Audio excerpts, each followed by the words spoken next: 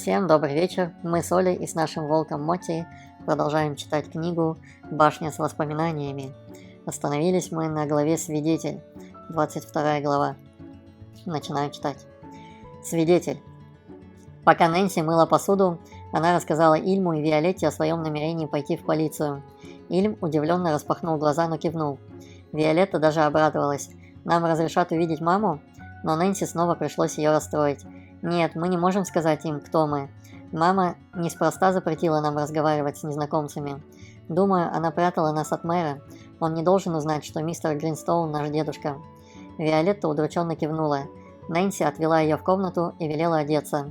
Потом поднялась на 3-й этаж и постояла около дедушкиной двери, прислушиваясь. Внутри было тихо, и девочка осторожно постучала. «Дедушка, как вы себя чувствуете?»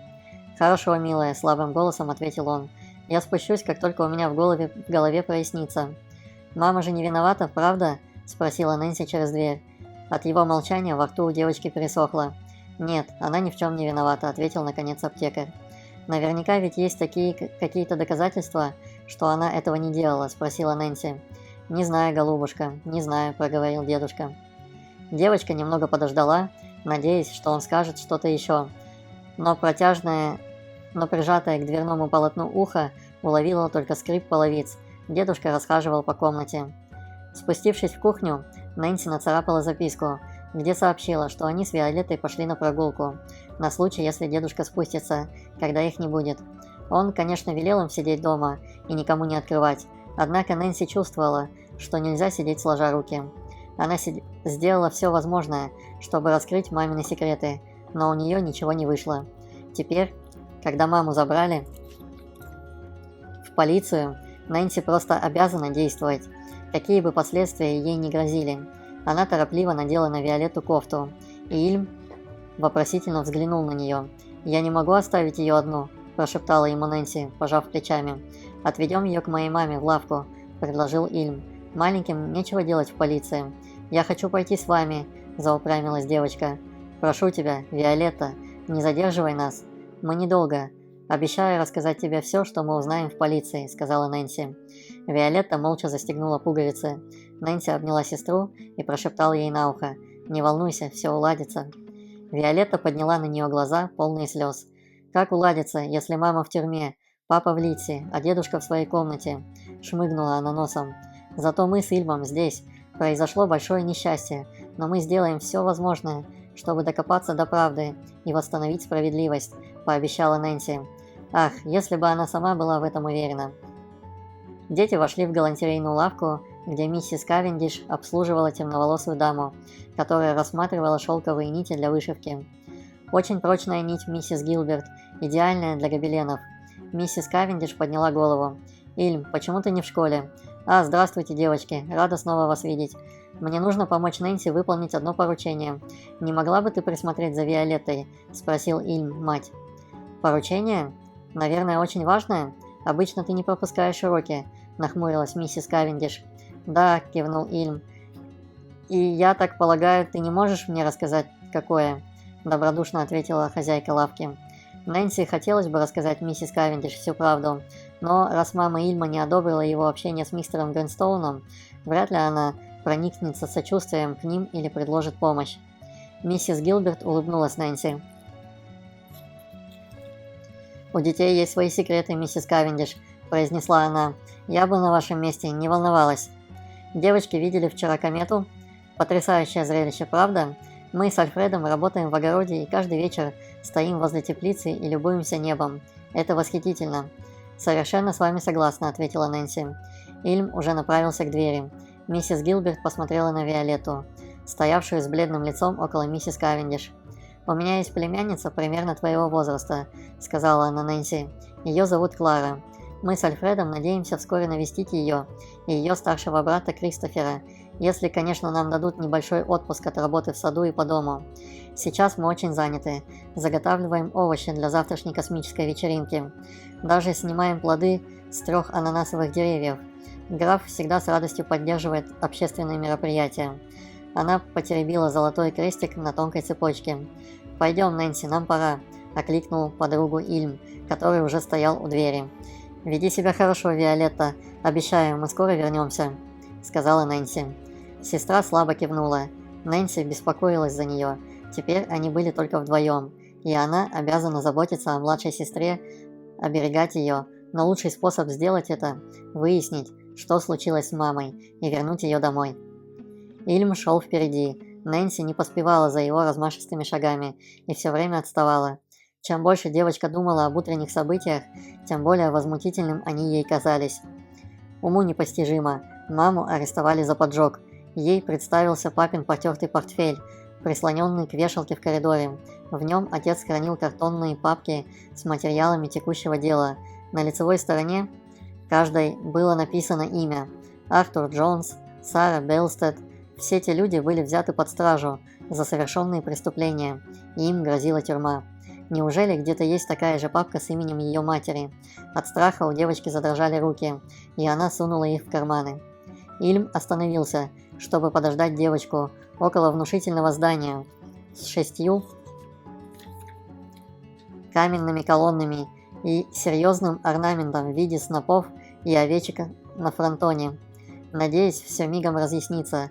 Это должно быть недоразумением. Они пошли дальше, через рыночную площадь, где стояли кареты и автомобили. И Нэнси поморщилась. В воздухе перемешивались запахи кожаной конской упряжи и выхлопных газов.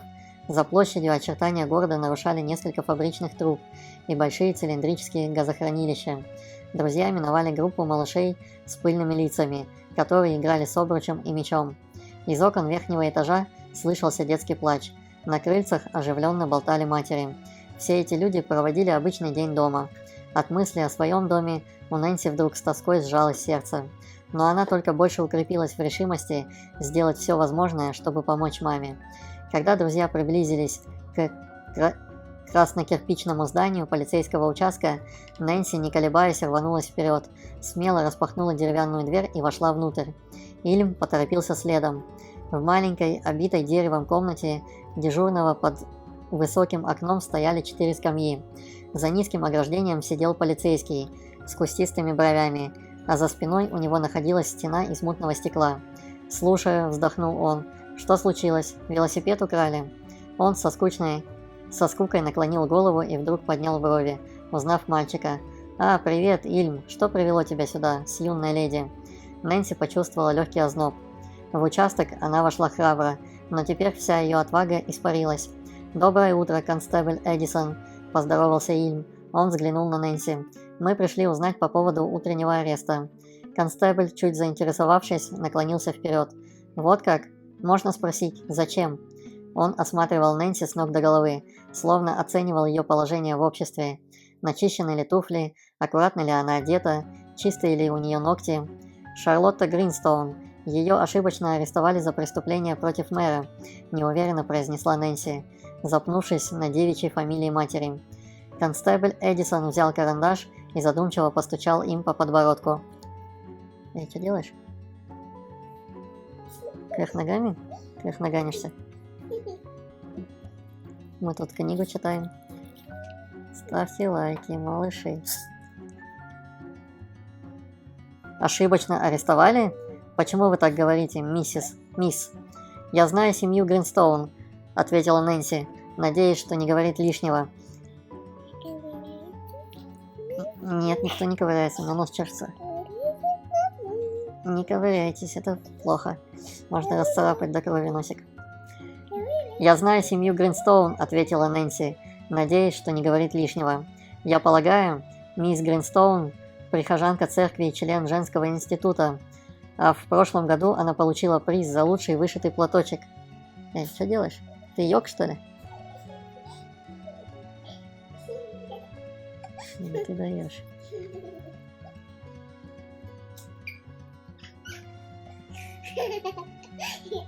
Ильм подтолкнул ее женского института, а в прошлом году она получила приз за лучший вышитый платочек. Ильм подтолкнул ее в бок.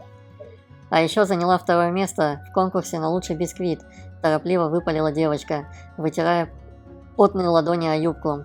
Констебль Эдисон слегка улыбнулся, и около его глаз появились морщинки. «Лучший бисквит? Но это большая заслуга. А позвольте спросить, откуда вы знаете мисс Гринстоун?» Констебль сверил девочку глазами, доискиваясь правды. Аккуратней. Знаешь, как можно сделать? Вот так вот перевернуть. Как будто ты не кверх ногами для всех. Хотя ты кверх ногами. Да, ну такие трюки лучше не повторять без тренировки, да?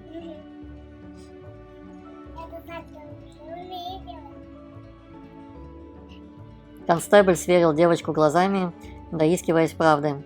Пришлось его разочаровать, сказать правду. Нэнси не могла. «Мисс Гринстоун, друг нашей семьи», — объяснила она. «Мы хотим только спросить, что с ней теперь будет, и узнать, кто свидетель преступления», — быстро добавил Ильм. Констебль переключил внимание на Ильма. «Ты говорил с отцом, поэтому пришел? Он не должен распространяться об этом».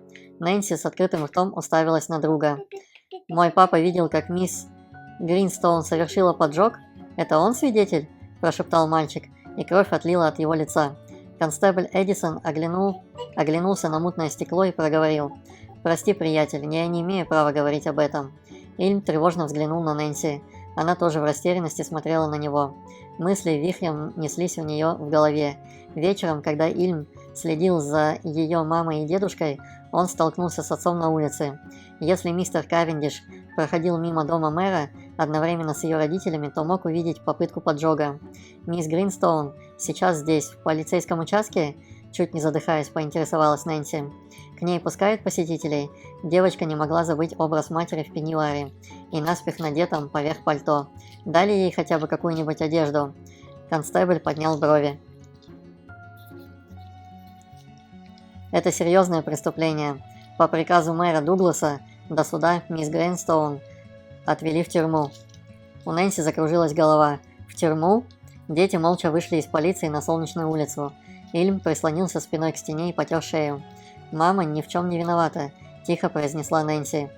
Не могла она поджечь дом. От переживаний и недостатка сна девочка чувствовала себя потерянной, словно наблюдала со стороны за событиями, происходящими с другим человеком. Пытаясь прийти в себя, она уперлась рукой в стену. Ильм не ответил, только усиленно тер шею, а потом сунул руки в карманы брюк. «Если бы я только могла передать маме записку или поговорить с ней, уверена, я бы сумела выяснить правду. Я не утверждаю, что твой отец лжет, просто он мог принять за мою маму кого-то другого», — продолжала Нэнси. Возникла тяжелая пауза. Вдруг Ильм расправил плечи и зашагал к рыночной площади. «Куда ты?» — окликнула его Нэнси. Ильм жестом показал ей следовать за ним. «Я ведь работаю разносчиком», — бросил он. «И что же?» – растерялась Нэнси. «И доставляю продукты по всему городу, включая то место, где сейчас твоя мама», – объяснил мальчик. «А он носит провизию в тюрьму», – пробормотала Нэнси себе под нос. «Подожди», – сказала она, догоняя друга. «Одно дело доставлять продукты, а совсем другое передавать записки узникам. Я знаком там с кое с кем. Попробуем с ними поговорить», – с каменным лицом ответил Ильм. «Я не знаю, видел мой отец поджог или нет, но ты должна верить, что твоя мама невиновна». Нэнси почувствовала волнение в груди и заморгала, чтобы не заплакать. Она грустно улыбнулась Ильму и кивнула. Он прав, ей очень нужна помощь, и она готова полностью положиться на друга, ведь больше ей помочь некому. Вот мы и прочитали очередную главу. Ставьте лайки, подписывайтесь. Всем пока-пока.